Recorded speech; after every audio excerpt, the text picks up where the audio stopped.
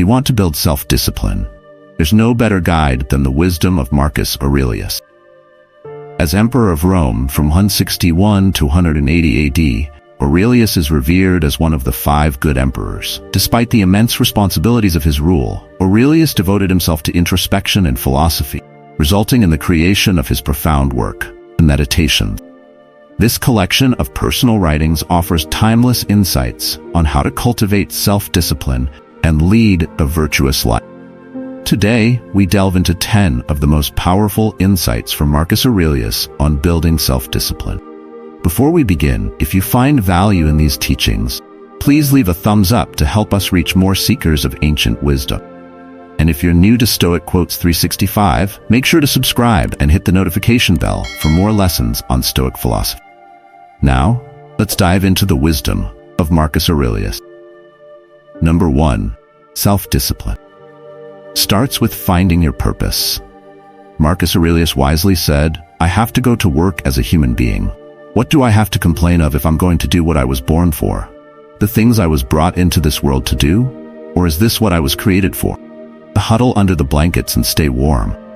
Aurelius believed that each of us has a purpose, something we were created for. It's our duty to carry out that purpose because it's what gets us out of bed each morning. Understanding your purpose gives you a clear direction and motivation. For instance, if you need to change a flat tire, your purpose is clear. Change the tire quickly so you can continue your journey. You'll do the task, no matter how tired you feel, because the purpose is immediate and tangible. The biggest source of self-discipline is having a reason to do the task. If you don't know what to do, just start. If you want to be a writer, write every day. If you want to be an artist, draw and create every day. For example, consider someone who aspires to be a musician. By practicing their instrument daily, they steadily move towards their goal. They don't wait for the perfect moment. They embrace their purpose and let it drive them. Self-discipline is about finding compelling reasons to do something and committing to see that task through to the end. It's not about waiting for motivation or advice. It's about taking action aligned with your purpose. Your purpose provides the internal desire, drive, and motivation to propel you towards your goals. By identifying and embracing your purpose, you harness the power of self-discipline. This purpose-driven approach ensures that you remain focused and resilient, even when faced with challenges. Remember, self-discipline starts with finding what truly matters to you and dedicating yourself to it wholeheartedly. Number 2. Count on yourself. Marcus Aurelius advised, "Turn your desire to stone. Quench your appetites. Keep your mind centered on itself." Once you have a solid purpose, the next step is to build a practical plan of action to achieve your goals. It's not enough to commit to your goals. You must also commit to the small, consistent actions that will lead you there. Self-discipline means doing what needs to be done, regardless of your physical, mental, or emotional state. For example, if your goal is to write a book, you need to write regularly, even when you don't feel inspired. This consistency is what turns aspirations into achievements. To start, form an effective plan of action with a clear deadline for your goal. Break this plan into mini milestones, manageable chunks that make the goal less daunting. For instance, if your goal is to run a marathon, begin with a training schedule that increases your running distance gradually. Each mini milestone you achieve reinforces your commitment, keeps you on track. This approach puts you in control, giving you a sense of accomplishment as you progress. It helps prevent the feeling of being overwhelmed, which can lead to procrastination and stagnation. For example, if you aim to learn a new language, setting mini milestones like mastering a certain number of vocabulary words each week makes the goal achievable and keeps you motivated. By counting on yourself and following a structured plan, you harness the power of self-discipline. Everything you want to achieve in life depends on your ability to take necessary action, whether you feel like it or not. This disciplined approach ensures steady progress towards your goals. Remember, self-discipline is the cornerstone of success. By committing to your purpose and breaking down your goals into actionable steps, you maintain control and drive. This method keeps you from feeling overwhelmed and fosters continuous progress, leading you steadily towards your desired outcomes. Number 3. Show up every day. Marcus Aurelius wisely advised, "You must build up your life action by action and be content if each one achieves its goal as far as possible. And no one can keep you from this." Even with a solid purpose and practical plan, many of us fail to achieve our goals because we lack consistency. Success requires showing up every day and putting in the work. Consistency is the backbone of self-discipline. For instance, if you want to learn to play the guitar, you need to practice regularly, even on days when you don't feel like it. A simple act of showing up and immersing yourself in your craft does wonders for mental endurance. You build focus and come to terms with the arduous process that it takes to achieve anything great. Self-discipline is about the habit, consistency. It's finding the motivation to do something repeatedly until it becomes second nature, and you start seeing results. For example, a writer who dedicates time each day to write, even if it's just a few paragraphs, will eventually complete their book. Even if you fail once, such as skipping a workout or missing a study session, this doesn't define your character. What matters is your ability to keep going. A bad day doesn't have to become a bad week, and a bad week doesn't have to become a bad year. Each new day is an opportunity to start fresh. When you wake up, remember that a new day is a new life. Open your eyes and focus on what's in front of you. Life itself. Consider an athlete training for a marathon. They must run regularly, despite the weather, their mood, or their level of fatigue. Each run, no matter how challenging, builds their endurance and brings them closer to their goal. The athlete's commitment to showing up every day exemplifies the power of consistency in achieving greatness. In conclusion, showing up every day is essential for building self-discipline. By committing to your goals and working towards them consistently, you create habits that lead to success. Remember, it's not about never failing. It's about continually moving forward and making progress, one action at a time. Embrace each day as a new opportunity to pursue your goals and live your purpose. Number 4. Practice voluntary hardship. In the words of Marcus Aurelius, we should discipline ourselves in small things and from there progress to things of greater value. Voluntary hardship is a powerful method to build self-discipline. It means willingly putting ourselves in uncomfortable situations to strengthen our resolve and prepare for real challenges. For example, Aurelius suggested practicing not to curse when you have a headache or earache. This practice teaches you to manage discomfort without letting it consume you. It's not about never complaining, but about not letting complaints dominate your response. Voluntary hardship involves consistently testing ourselves by making life slightly uncomfortable. By doing so, we toughen our mental and physical resilience. For instance, skipping a meal to experience hunger for a night teaches you that you can endure discomfort. Taking cold showers, sleeping on the floor, or going without a jacket in cold weather are all small hardships that build mental toughness. Consider the lesson of enduring a cold shower. The initial shock forces you to control your breathing and remain calm under discomfort. Over time, this practice can help you develop a greater tolerance for physical and mental stress. Another example is giving up social media for a few days. This voluntary hardship can help you realize how dependent you might be on constant connectivity and teaches you to find peace in solitude and mindfulness.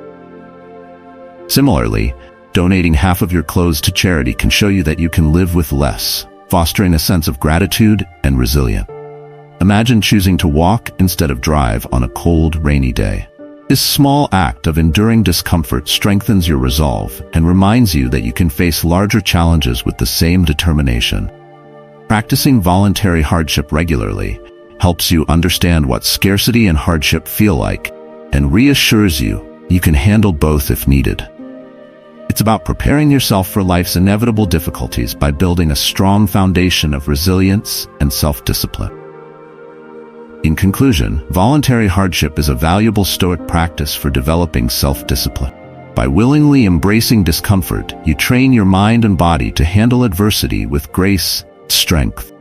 Remember, as Marcus Aurelius advised, discipline yourself in small things, progress to greater achievement. Embrace these challenges to cultivate a resilient and disciplined life. Number 5.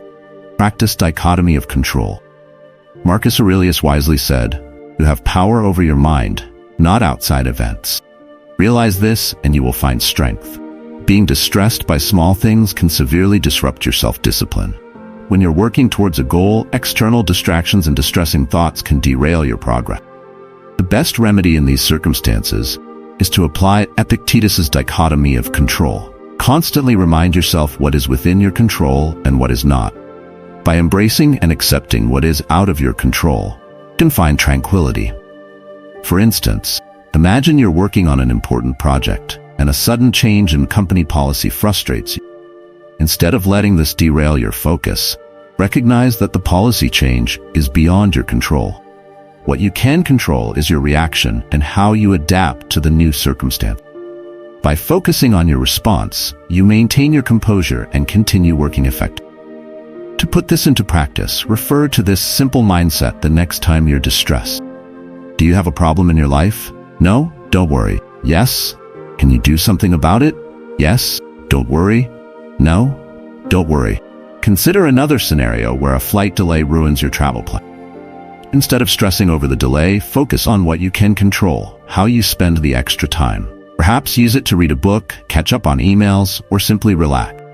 This shift in perspective helps you stay calm and productive despite the setback. Practicing the dichotomy of control is essential for maintaining self-discipline. It helps you stay grounded and focused on what truly matters, reducing unnecessary stress and distraction. By accepting what you cannot change and directing your energy towards what you can influence, you build resilience and strengthen your inner peace. In conclusion, embracing the dichotomy of control as Marcus Aurelius and Epictetus taught allows you to handle life's challenges with grace and strength. Remember, your power lies in your mind and your reactions, not in the uncontrollable external events. By practicing this principle, you enhance your self-discipline and navigate life's uncertainties with calm and confidence. Number 6. Never play the victim. In the words of Marcus Aurelius, do your job without whining. Have you ever said any of these? I was just born this way. I never learned anything different.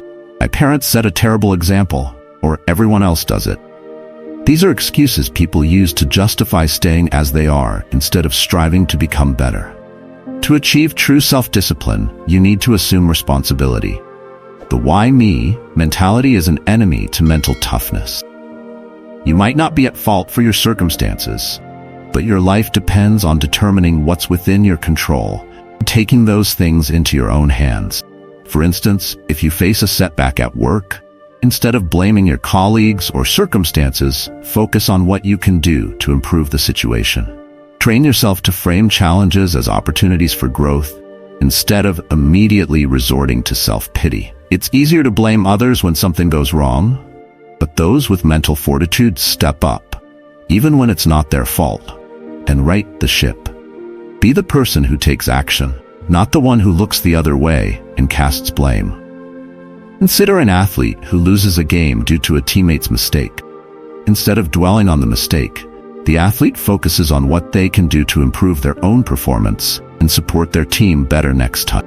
This attitude not only fosters personal growth, but also strengthens the team. When you victimize yourself or your current position, you relinquish control and absolve yourself of personal responsibility. Without a sense of ownership, meaningful progress becomes impossible. For example, if you find yourself in a toxic work environment, instead of feeling helpless, take proactive steps to improve your situation. Whether it's seeking new opportunities, setting boundaries, or addressing issues directly. Embrace the mindset of taking control and responsibility for your life. This approach empowers you to make positive changes and fosters resilience. By rejecting the victim mentality, you reclaim your power and pave the way for meaningful progress. In conclusion, never playing the victim is a crucial Stoic principle for building self-discipline. Assume responsibility for your actions and circumstances. When you stop blaming others and start taking control, you cultivate mental toughness and resilience. Remember, meaningful progress requires a sense of ownership and a proactive mindset. Embrace this philosophy and watch as your ability to overcome challenges and achieve your goals grows stronger. Number 7. Practice delayed gratification. In the words of Marcus Aurelius, so you were born to feel nice instead of doing things and experiencing them? Don't you see the plants, the birds, the ants and spiders and bees going about their individual tasks, putting the world in order as best they can, and you're not willing to do your job as a human being? Why aren't you running to do what your nature demands? Delayed gratification involves the ability to wait to get what you want. Imagine you're at a company Christmas party, platters of delicious and tempting food. You're trying to lose weight. You give in and fill your plate with fattening goodies. You might enjoy a bit of instant gratification, but it could derail your diet.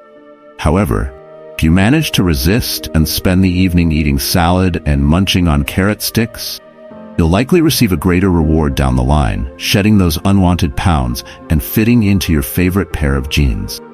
This ability to resist temptation and stick to our goals is often referred to as self-discipline. Delaying gratification is a central part of this behavior.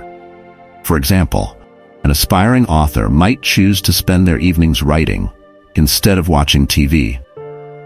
By sacrificing immediate entertainment, they work towards the long-term reward of completing their book. In another scenario, think of a student who chooses to study for exams instead of going out with friends. The immediate fun of socializing is postponed for the long-term benefit of good grades and a successful academic career. Practicing delayed gratification helps us put off what we want now so that we can perhaps get something better later on. It's about prioritizing long-term goals over short-term pleasures. This skill is essential for achieving success in any area of life, whether it's health, career, or personal development. In conclusion, practicing delayed gratification is a powerful Stoic principle for building self-discipline. By resisting short-term temptations, you invest in your long-term goals and well-being. Remember, true fulfillment comes from aligning your actions with your deeper purposes and aspirations. Embrace this practice and watch how it transforms your ability to achieve your goals and live a more meaningful life. Number 8. Ignore naysayers. Marcus Aurelius said, when another blames you or hates you, or people voice similar criticisms, go to their souls, penetrate inside, and see what sort of people they are. You will realize that there is no need to be racked with anxiety that they should hold any particular opinion about you. Whenever you step out from the norm and declare, even if only to yourself, that you believe you have a special purpose in life and will do whatever it takes to achieve it, you will attract naysayers. Naysayers are those who criticize, object to, or oppose something. They might love you, but they fear progress and change, making their opinions detrimental to your self-discipline. For example, if you decide to start your own business, some people might tell you it's too risky or that you're not capable. Their negative opinions can be discouraging if you let them. Realize that allowing yourself to be upset by the opinions of people you don't know or respect is as foolish as getting upset about the weather. It's a waste of energy. Their voices do not deserve to disrupt your peace of mind. For instance, a stranger on social media criticizes your work. Remember, their opinion holds no weight in your life. Ignore them and stay focused on your goals. Instead, actively seek honest feedback from those you respect and who genuinely support your growth. Constructive criticism from a trusted mentor or friend is valuable and can help you improve. However, if someone has a history of being a naysayer, their input is likely more about their insecurities than your abilities. Consider a scenario where you're training for a marathon and someone tells you that you're wasting your time. Recognize that this person may be projecting their own fears or limitations onto you. Use their doubt as fuel to stay committed to your training, proving to yourself that you can achieve what you set out to do. In conclusion, ignoring naysayers is essential for maintaining self-discipline. By not letting their negativity affect you, protect your peace of mind and stay focused on your goals. Remember, the opinions of naysayers are not a reflection of your capabilities, but of their limitation. Stay true to your path, seek constructive feedback from trusted sources, and let go of the rest.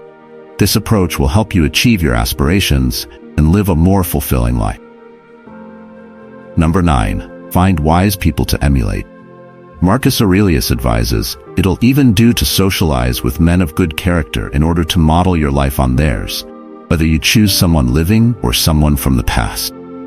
To strengthen your self-discipline, it's crucial to look outward for answers and identify role models. These role models can be friends, family, or colleagues who have already achieved the goals you're striving for. Ask yourself, who's doing this right now? Who's successfully achieved this goal? Who has mastered this habit? Who has made this change? Who possesses the self-discipline needed in this area? By identifying these individuals, you can learn valuable lessons from their experiences.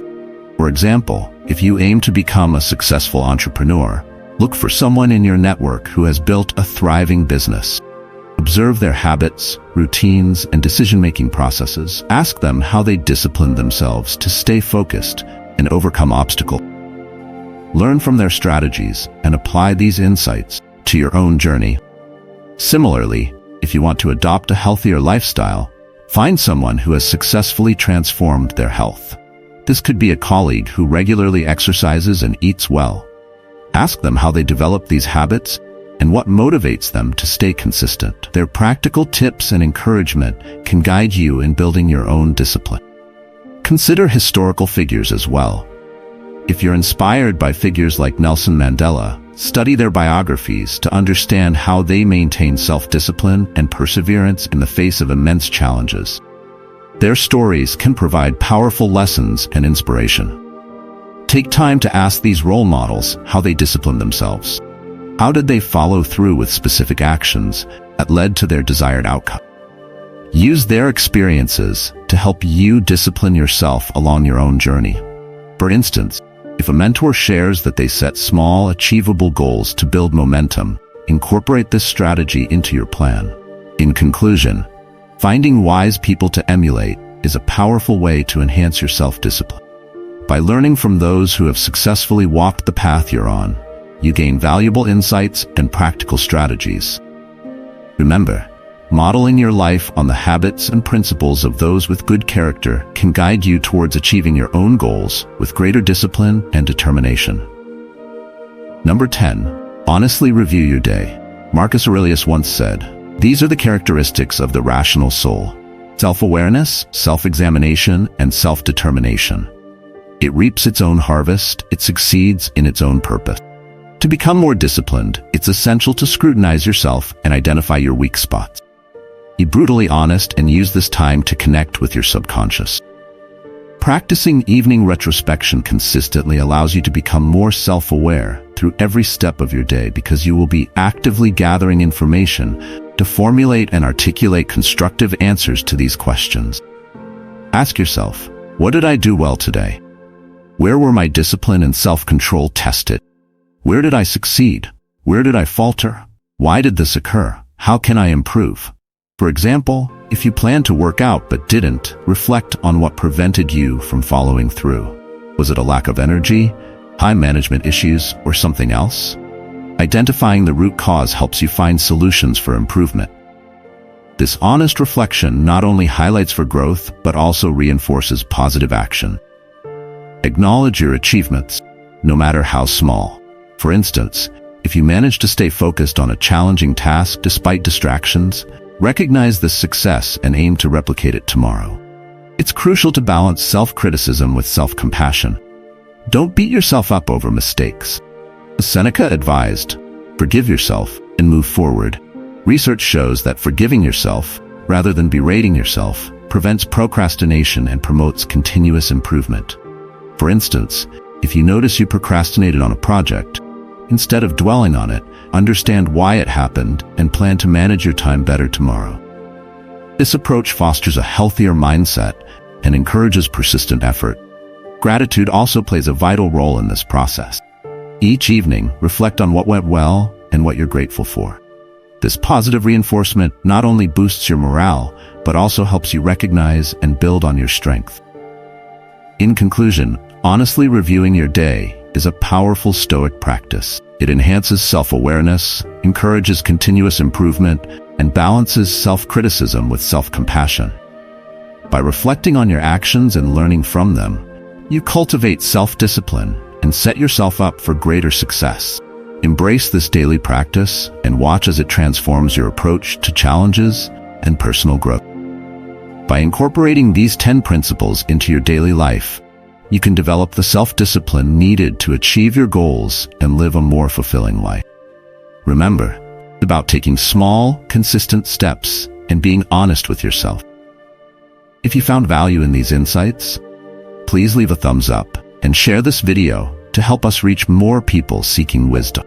Don't forget to subscribe to Stoic Quotes 365 and hit the notification bell for more lessons on Stoic philosophy. Thank you for watching, and see you in our next video. To continue your journey, select one of the recommended videos that will appear on your screen now. Stay disciplined, stay stoic.